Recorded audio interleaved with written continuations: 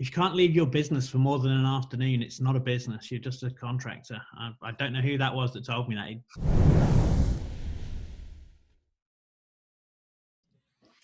So joining me on the line today, I've got Richard Edmondson from Edmondson James, who is a recruitment agency. Welcome to the call, Richard. Hey, David. How are you? Fantastic. How about yourself? Yeah, good. Thanks. Sun is shining. Yeah, the sun is shining. So obviously, we're right in the middle of this COVID-19 recovery phase. And I'm guessing in the recruitment industry, it's been an interesting time for you. Tell me a bit about what's going on. Yes, we do international recruitment. So it's, we've sort of seen different people go through different phases at different times. Yep. So our clients in the UK probably got affected similar time to Australia. Our clients in Asia, we sort of saw an effect in January really, because with Lunar New Year, they had a lockdown in Singapore and Hong Kong. So yeah, and also different industries. So medtech and life sciences industry is faring pretty well because they've got lots of money and research doesn't stop. Whereas our financial services clients or other clients, they've obviously taken a hit, and our retail clients are stupidly busy. So they're probably too busy to hire. So, yeah. So tell me, what are you doing to navigate the current climate? Talking to our clients. I mean, it's pretty basic sort of stuff, just talking to them, finding out what's going on with them, finding out what their pain points are, and sort of where we can really alleviate that. I mean, it's not really been a time to sell or to market. Has been a time to market, not to sell, but to add value. And so we've been doing a lot of webinars, a lot of our networking groups that we normally do online, face-to-face, we've taken those online. And that's obviously, when you've got a group of CEOs that usually are non-competing, and they're all obviously able to share shared experiences and things like that. Yeah. That's obviously helpful. Some of those groups are international. So again, that's sort of helpful for them.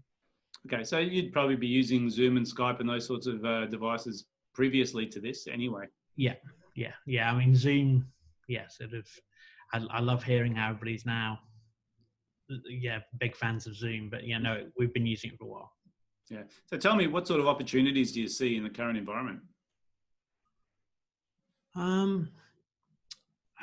For businesses or for people in general? Well, let's start with businesses, but maybe both sides. I think for businesses, it's one of those things where the more value you can add, the better you are. I think it's really a time for sort of companies to demonstrate their values or to demonstrate the value they can supply, I should say. Yeah. So, a lot of people seem to have hidden in a cave. A lot of my colleagues have not colleagues, but sort of a lot of my competitors just seem to have sort of packed up their tents and gone home for 3 months. And we're in a people business. So therefore it's important that sort of we are talking to those people and finding out what's going on with them. And I think building up that goodwill equity as well, because the way we're looking at it is that at the moment we've taken a hit in our business. There's no two ways about it. Yeah. But we're building up some massive goodwill equity, getting to speak to a lot of people that maybe we wouldn't have done in the past. And when that turns around, we're going to come out of that stronger, because we were there during that time, whereas other competitors have just gone away. Yeah, well, there seems to be a lot of, capacity for people to build relationships over this time. And I think one of the challenges is it's not money. It's literally just getting to know each other, building rapport, helping people out. It's the long game, isn't it? I mean, it's playing the longer game. It's sort of like, if you're looking just for quick wins, then I would say in any time that's not necessarily the best way to go. It's sort of, I know, I've heard you talk before about referral networks and things like that, and it's you don't get those referral networks if you're not adding value to people, and people aren't prepared to refer you, and people aren't, your advocate. So yeah, I think it's sort of, there's a lot to be said for relationships, because with all the technology, with all the internet marketing, people still buy from people, right? 100%, 100%. And so, I mean, things like Zoom, that's where it's really effective, because obviously people can see who you are, and Yep. yeah, and I've got a face for radio. So yeah. Yeah. That sort of leads on to my next question. But before I do, you talked about two sides of the puzzle. The other side's employees, because obviously with unemployment starting to sort of go up globally, what are the opportunities for the employee side?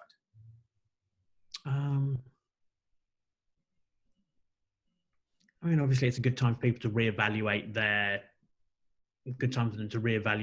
sort of what they're doing, and is that something they want to be doing, whether they're employed or have been made unemployed or furloughed or stood down or made redundant, whatever it happens to be. I think the other thing is as well is that it's not necessarily an opportunity, but it's something that people must do, is they've got to market themselves. So the market generally now is super competitive. There's more people on the market now than ever. Yep.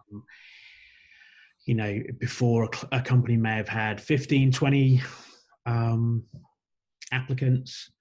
Now, I was talking to a client the other day, he'd had 580, or his HR department had 580. It's then, how do you find the wheat from the chaff? You know, how do you find those better people? Yep. And I think sort of just going through the basic application process doesn't work. You need to be on social media, you know, on LinkedIn, really. You know, Facebook and Instagram, things like that will work for some industries, but mainly, you know, LinkedIn is the professional social network. So on LinkedIn, commenting, being seen as a sort of thought leader in your industry as well. You know, writing about that, sharing articles, so it clearly shows what you're about. Really putting your footprint down and making sure that you're not just sitting there waiting for this to blow over, but you're actually 100%. You've got to be proactive. So I mean, you know, there's something that we recommend to candidates, and we do some outplacement and coaching work with people as well.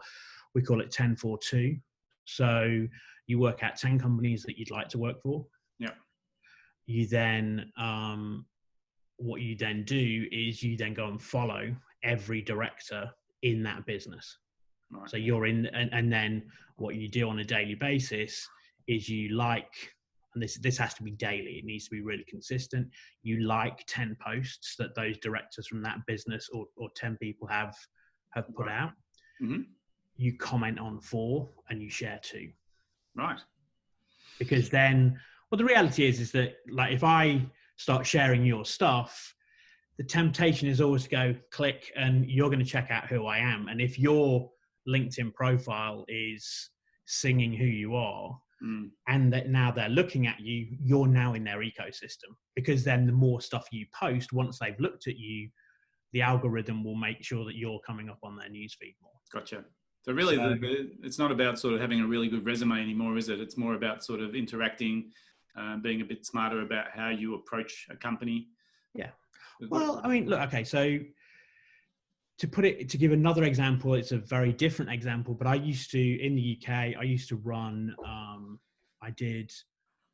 ran all of Microsoft's, I did all the recruitment for Microsoft's games testing. So that's effectively 18 to 24-year-old kids getting paid £5-6 an hour. This is a long time ago, but £5-6 an hour to play video games that aren't even released yet. Yep. As you can probably imagine, the applications for that were insane. Well, one guy who, instead of sending me a 2-page resume, made his CV into, it was about that big, and it looked like a games console, and it was all, he'd sort of broken it all out.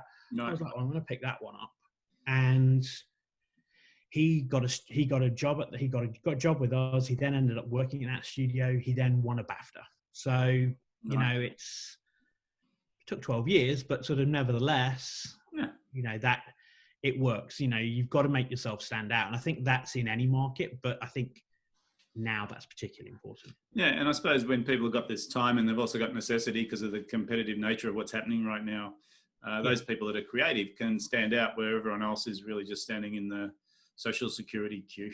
Well, if you're just hiding in your cave and sort of Yeah. like, just, it's not going to work. You need to be out there sort of, shouting about who you are in a respectful and professional way, but sort of, not just sort of sending people, not just spamming everybody with your CV.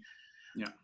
Make it a compelling message. Why do they want to talk to you as opposed to the other 500 applicants that they've received? Yeah. Yeah. Very good. So let me ask you personally, what sort of lessons are you taking out of this this crisis? I think it's reinforced sort of just that with our current clients, but also new clients that we've sort of gained during this period, is it's about value add. It's not about anybody can sell and anybody can get a piece of work, but how do you get a long-term client relationship? Because let's face it, the cost of new acquisition is always harder. It's about adding that value, and people will come to you.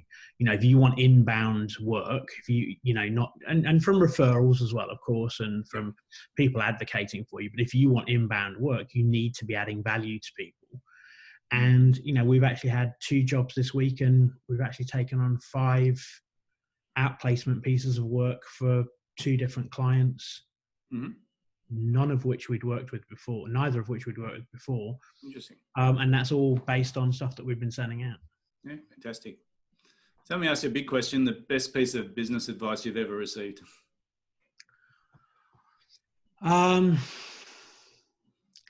If you can't leave your business for more than an afternoon, it's not a business. You're just a contractor. I don't know who that was that told me that.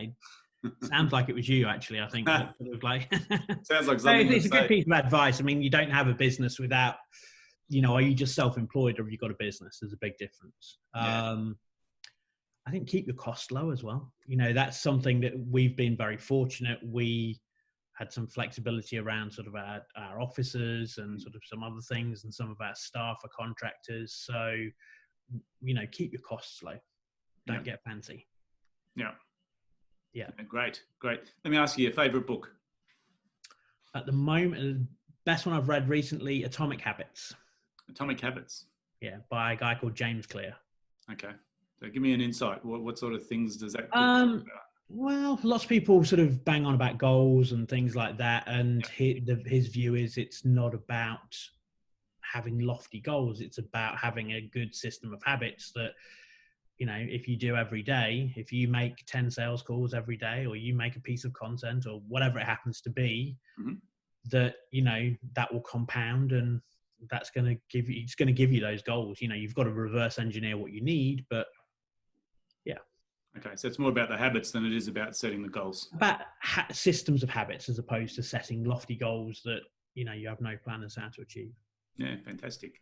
So let me ask you one last question. If you had one piece of advice to give to a business owner right now, what would it be? Start really doing as much social marketing as you possibly can. Right. But also work out what your clients need. So work out what their problems are. So who's your buyer persona? So is it, if you're, I don't know, it doesn't really matter whether you're a gardener or a pool cleaner or whether you're an investment banker, who's your client? Yeah. What pain are they facing at the moment? And what advice can you offer? Don't sell, but actually give advice. Social marketing, it's about marketing, not selling. Yeah. Because people get switched off to selling. But obviously, if you can give advice, and then that's going to help. Because there's big questions around social marketing, social media marketing, and whether it's sort of here to stay or whether it's effective even. LinkedIn. Instagram and Facebook, you're going to have to pay through the nose to get, but there's still the ability to get organic reach from LinkedIn. I personally billed last year on top of stuff that I had with existing clients that was inbound. Yeah. $178,000 of additional fees from inbound sales, because it was based on they'd seen either a podcast or a webinar, or they'd been invited to one of our networking groups by one of the people that were already in it. They gave us work that translated into an uplift of $178,000 in sales without picking up the phone once to make a sales call. Obviously we had to deliver it, but we didn't sell. Fantastic. So LinkedIn, huh? LinkedIn, there's still, there's lots of people, there's some good people to follow. Shay Rowbottom, I can email you the stuff so you can put it in your notes for the podcast. But I can send you a few people to look at and just follow. It doesn't need to be difficult. Everybody's got a phone. Everybody's got a camera on their phone. It doesn't need to be complex. No, absolutely. I think people are just scared of the technology, or they're just unsure as to whether it works. But as you described, it's about adding value. It's about giving people some sort of guidance and just showing them that you actually know what you're talking about. And foster a community as well. So, and there are people now that are on LinkedIn. LinkedIn, as a recruiter, it's always been our domain, but sort of, we were probably the technologists and the recruiters were the first people on it. But there are now people selling keto diets on there. There are now people selling HR services, insurance services. Everything is on there. So you've just got to go and find your tribe and, become part of that community and foster that community and add some value to it, and the work will start to come your way. Yeah, fantastic. All right, Richard, very conscious of time. Thanks so much. No problem. I hope that helps. Thanks, David. Take care. Cheers. Bye.